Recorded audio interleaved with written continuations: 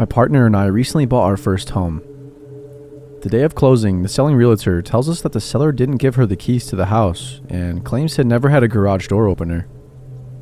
When asked about when we could obtain the keys, the selling realtor says that the seller works an hour away and works long hours, so we couldn't get the keys until 9 or 10 o'clock at night. So instead, the realtor arranged and paid for new locks on the front door and even gave us money to buy the garage door openers. So we close on the house and everything else is smooth sailing. Until when I go to set up and turn on the electricity. The company says that they can't turn on our power until the next day, even though I called in the morning. The house needed a good cleaning as the seller didn't bother to clean when they moved out. And let me tell you first about the house layout. When you walk through the front door, it opens to the living area with the kitchen to the left. Part of the kitchen is hidden from the front door due to stairs leading to the basement, so you can't see the oven or the fridge. The neighborhood is one of the safest in my area. I had to use the front door to move things in since the locks were installed before I came by, so I didn't bother locking the door. So moving on with the story. Since I didn't have electricity, I decided to start by cleaning the fridge. I turned on a true crime horror podcast and get to work. The doors to the fridge are wide open and I'm just doing my thing when a shadow appears behind me. I knew this wasn't my partner because he was teaching. So I turned around to see a man in a black hoodie and black shorts telling me he's there to drop off a garage door opener. He drops the opener on the island and doesn't say another word. I probably spooked him just as much as he spooked me because he didn't say another word and ran out the door. It took me a while to compose myself again and call my partner, hoping that he was on break to tell him what just happened. I also texted our realtor about this. It was a very weird interaction. I thought about if I just didn't hear a knock because I was in the zone, but I know he didn't knock. I know this because less than an hour later, another man knocks on the door and explains he is here to drop off a key to the front door. And if he tried the doorbell, I didn't hear it because there wasn't electricity. We are still doing work on the house before we officially move in.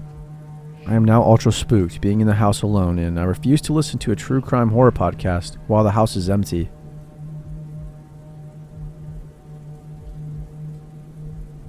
First of all, I'm a young woman barely big enough to walk my dog.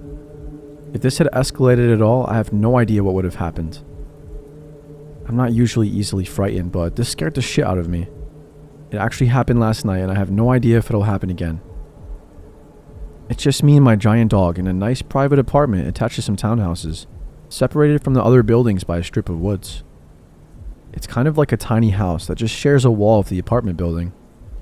As nice as it is, it's in a not so nice part of town, but I have a backyard in my own space, and working electricity for cheap, so I love the place.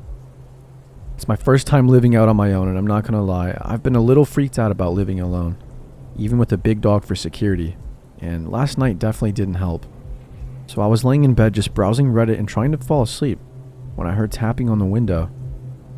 My bedroom has 2 windows facing the backyard on ground level, about 3 meters from the tree line with nothing but open grass outside. At first, since I'm not used to sleeping on the first floor, I thought it was a tree or something blowing against the outside of the house. When I remembered I'm on the first and only floor with no trees close enough to reach the house, I started feeling a little bit nervous. I was some weird mix of both scared and annoyed that the tapping was keeping me awake. The noise had my dog's attention, but he wasn't barking yet, which to me meant that it probably wasn't a person, so I wasn't as afraid as I could have been. But gradually, annoyance replaced the fear, and I decided I should tell whatever it was to knock it off. It had been nearly 30 minutes of this weird uneven tapping, and it was almost midnight, and I also had an early start in the morning. Best case scenario, there was no one outside and I was talking to myself, with no one there to hear me. Worst case, there was someone outside. My nonchalance would catch them off guard and they would leave, right? Yeah, no. I figured if there was someone there, they'd expected fear, not conversation. I worked up some courage and said, F off into the dark, and the tapping continued. A couple seconds later, I repeated it a little bit louder. Hey, F off, I'm trying to sleep. Then the tapping stopped. After a second, I heard a male voice call back. Sorry. The tapping didn't start again, but holy shit, I didn't expect someone to actually be there. I got out of bed and I ran to the window with my phone in hand, ready to call the police, but when I peeked through the blinds, I saw the guy with his hands up and the weirdest smile on his face. I quickly turned my phone flashlight on and put it in front of my face so he couldn't see what I looked like. A few seconds later, I turned the light off and he hadn't moved an inch, not even his face. But he still had that weird and creepy smile and stared at the window with his hands up, almost like he was posing for a photo. In hindsight, I don't know why I didn't take one. Finally, he turned around and started walking back through the woods and into what I assume was his own apartment right across from mine. What a way to meet the neighbors. I have no idea what possessed him to tap on my window for half an hour or what he had in mind, but he hasn't come back yet. And I'm not sure what I'll do if he does. I didn't fall asleep last night and I'm nervous to go to bed tonight, but I have class in the morning. Besides, I have a big scary dog exactly for this reason. I should be fine, but still. What kind of person just knocks on some stranger's window at midnight? When I woke up this morning, I saw the window pane on the outside had a few deep scrapes. I'm not sure if the guy made them, but I'm reporting it to management and maybe the police tomorrow.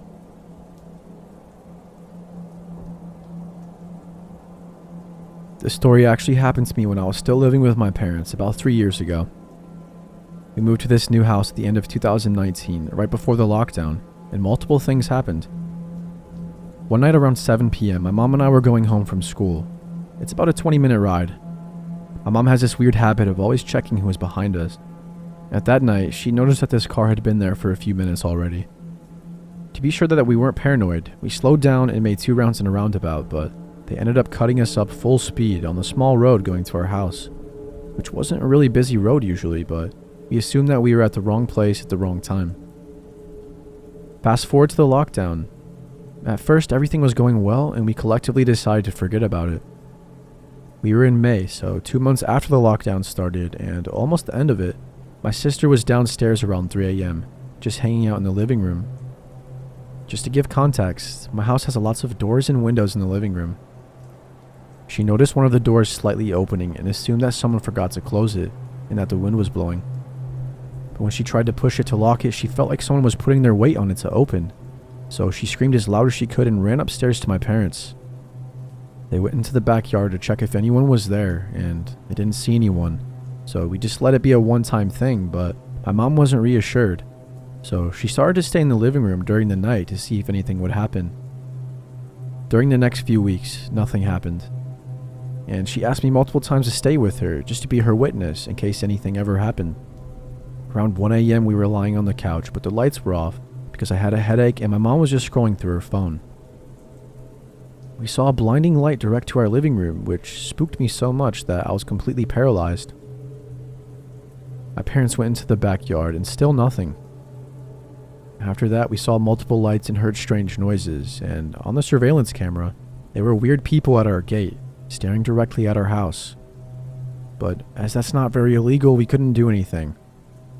This continued for a few months, and it was driving my family insane. In 2021, while we were cleaning the backyard for summer, we saw a big hole in the bushes, large enough to allow someone to go through. We didn't know what to do, but we had confirmation that someone was coming onto our property. Almost nothing happened after that, which made us believe that they knew we were on to them, but we still don't have a clue about who it was and why they were doing that, or even if they wanted to do something bad. So this happened in 2013 and I was 17. My family was looking at this house and the owner showed up and talked with my parents. He seemed like a nice older man and he built a house himself. It's a pretty nice 2-story house overlooking a river. Anyway, I was standing back watching everyone talk and the owner is talking and laughing. But there was a break in the conversation where he turns away from my parents and his expression completely and instantly changes from kind of like happy to the most sinister and hateful scowl I've ever seen. I don't think he noticed me watching, and I probably appeared to be on my phone as my head was down. As soon as he turned back, he instantly went back to smiling. It was so creepy to me and honestly made me feel sick. I told my mom, who also said it was kind of weird, but maybe he's just awkward. So we got the house. We moved in, and the next weekend my family is going to church, but I didn't feel like going, so they all leave me at home. So it's Sunday morning about 11 a.m. when I hear really loud banging outside. It's rhythmic and it's coming from the side of the house. I was on the other side of the house on the second floor. Honestly, my dumb ass thought it was maybe the wind. It was stormy that day and I didn't think much of it. It stopped after about 5 minutes. 10 minutes later, I hear walking around downstairs and chairs moving, kitchen cabinets opening, and the fridge opening. I immediately quietly go lock my door and grab my baseball bat and call 911. While I tell them my address, I text my mom and tell her that someone is in the house and that I've called 911. At that point, the operator said that someone was 10 minutes out. I told her I heard steps walking towards the stairs. Basically, the house is so thin, I could track where he was in the house. At this time, my mom responded that she's on her way, but she's 30 minutes away. But here's a 17-year-old, 5'2", 100-pound girl hunkered in her room, full well knowing that if he came in, he'd overpower me and take the bat. I was terrified. I heard him walk down the hallway towards my door, and I saw the handle turn and stop. It was locked, and I heard him standing there. He didn't move. I could even hear his breathing. It felt like forever, but really it was about 10 seconds. I heard him turn and go back down, and I heard the back door open and shut. About 3 minutes later, the police pulled up. The 911 operator asked me if I could let them in or if they needed to force their way inside. I knew he had left, so I let them in. No one was there. No sign of forced entry, nothing. When my mom got there, she looked at my stepdad and asked if he had changed the locks, and he hadn't. I think the creepiest part, and what really validated my story, was that my mom had just vacuumed the hallway, and there were shoe prints that were larger than anyone in our house, and the police hadn't even been up there. And they stopped just outside my room. We heard that that man died about a year after that. This happened about 2 years ago when I was 19, and I had just moved out of student accommodation into an actual flat with my friend group of 6. The night we moved in, it was just me and one of the girls I'm close with. Let's call her Lucy. I had my boyfriend over at the time, and we'll call him Alec. The other people who were moving in 2 weeks later, as they were all on various holidays or visiting home. So it was just the 3 of us. Lucy was in her room, and Alec and I were smoking a joint in bed, watching kung fu movies. And then I started to notice a man, at least 300 pounds and 6 foot tall, pacing outside of our window and looking in occasionally. We were on the basement floor at this time, but the windows are on ground level. Okay, so that's weird, but we'll just make sure the windows are locked. 20 or so minutes pass and everything seems okay, until Lucy runs into my room and says, "Babe, there's a man in the house. We must have left the door unlocked by accident." So now I'm feeling chills. I'm like, what the hell do you mean there's a man in the house? And Alec is frozen solid. Me and Lucy go into the hall, and the huge man who we saw looking in the windows is standing there in our hall. We ask, "What are you doing here?" And he pulls out his phone and shows us a text message from an unsaved number with our address written on it, and something about people being inside. He told us that he was looking for his girlfriend and that she lives here.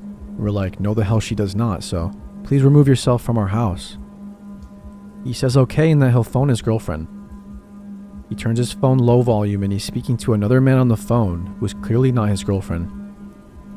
With more urgency this time, we tell him to get out of our house and he says okay. He finally leaves and we lock the door. By this point, everyone is shaking. He's still on the phone with this man outside and they are speaking a language we don't understand, but we can hear him getting angry. I tell Alec to please make the scary man go away, and he goes outside and tells him to shift away from our doorway, as he's really scaring us. He says okay and that his taxi is here. He walks up a dead-end street where no taxis were at though. We told our upstairs neighbors who we had met earlier that day about the whole ordeal. We'll call them Charlotte, Matt, and Rob. They informed us that the same man had tried to come in their house, insisting his girlfriend lived there. Charlotte already had a boyfriend who we knew of and had also met that day. And Rob has more balls than all of us and threatened him with a knife the time he came into their house, and he never bothered them again. Over the next couple weeks, the man would occasionally come back and look in our bedroom windows, and Alec was there most times, and I'm really glad for that. I have no doubt he tried the door again, but it was always locked after that.